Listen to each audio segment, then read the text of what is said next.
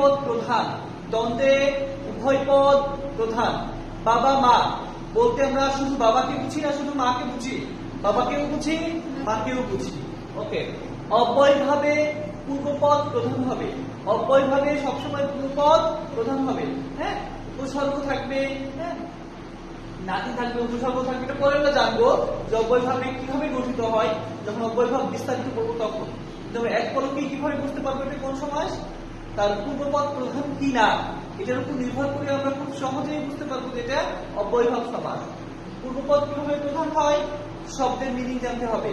উপজেলা বলতে আমরা কি জেলাকে বুঝি নাকি উপজেলা থেকে ছোট কিছুকে বুঝি? অবশ্যই ছোট কিছুকে বুঝি। আর ছোট কিছু মানেই হচ্ছে উপর মাধ্যমে এটা ছোট কিছু বোঝাচ্ছে, উপসর্গের মাধ্যমে এখানে ছোট কিছু বোঝাচ্ছে। এজন্য উপজেলা বলতে উপর উপর নির্ভর করে যেহেতু অর্থটা আসে, পুরো সেন্টেন্সের মানে ওয়ার্ডের অর্থটা আসে, এই জন্য উপজেলাটা কি অব্যয়ভাব সমাস। দুর্নীতি, দুর্নীতি বলতে নীতি বোঝায় না নীতির বিপরীত কিছু বোঝায়? অবশ্যই নীতির বিপরীত কিছু বোঝায়। আর নীতির বিপরীত কিছু দুইয়ের জন্যই এসেছে। তাহলে এই পুরো শব্দের প্রধান হচ্ছে দু, নীতি না। ঠিক আছে না? ওকে, তাহলে উপপদ প্রধান থাকলে কি হবে? অব্যয়ভাব সমাস হবে।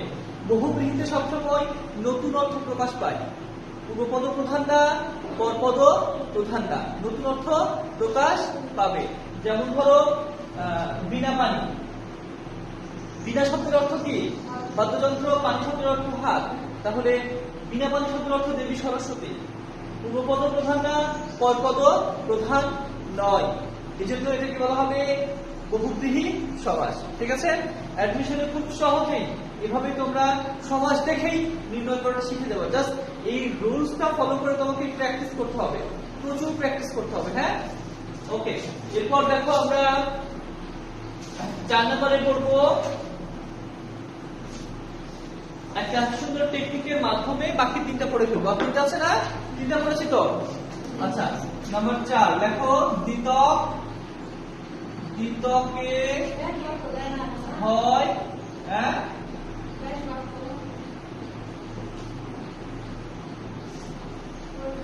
ব্যাস বাক্য থেকে তোমার ইন্টারমিডিয়েটে আসে শুধু সমাস আছে, তোমাকে বলে ব্যাস বাক্য সহ সমাস নির্ণয় করো। তোমার প্রশ্ন, স্যার ব্যাস বাক্য কিভাবে করবো? হ্যাঁ, আমি প্রথম দিনে কি বলেছিলাম? 60% আমি এখানে করাবো, 40% তোমাকে মুখস্থ করতে হবে। ওই 40% হচ্ছে ব্যাস বাক্য। ঠিক আছে? ব্যাস বাক্য মুখস্থ করলে আরো বেশি সহজ হয়ে যাবে। আচ্ছা, দ্বিতকে হয় পদপদের গান। দেখো, দ্বিতক হচ্ছে দ্বিগু। দ্বিতক কি? দ্বিগু। কয়ে তৎপুরুষ, তৎপুরুষ। আর পদে কর্ম ধারয়। এই 3টা সমাসে সবসময় পরপদ প্রধান থাকে। কোন পদ প্রধান থাকবে? পরপদ। কেমন?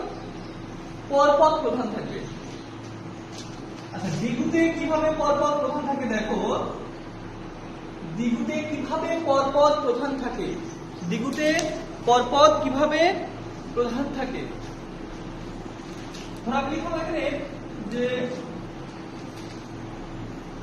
সপ্তর্ষি, সপ্তর্ষি, 7 ঋষি বা সপ্ত ঋষির সমাহার।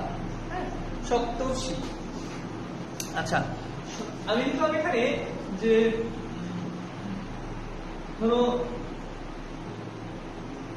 চৌরাস্তা। হ্যাঁ, কয়টা পদ আছে এখানে?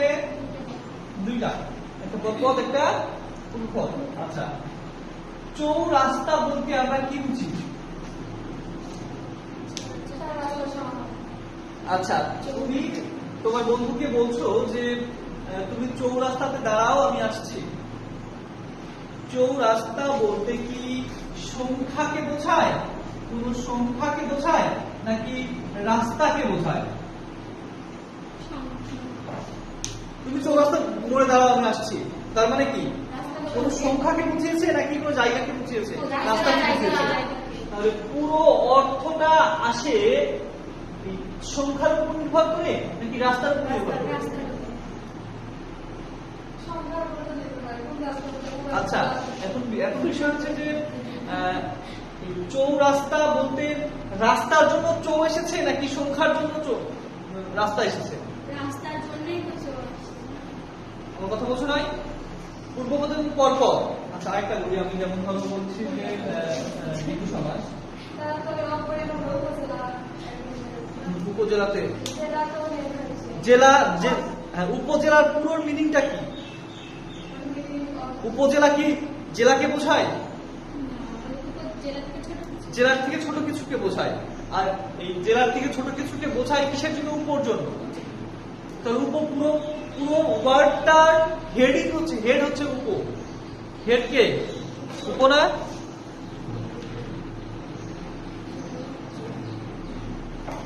আচ্ছা আমি এখানে লিখলাম যে ষড়ঋতু।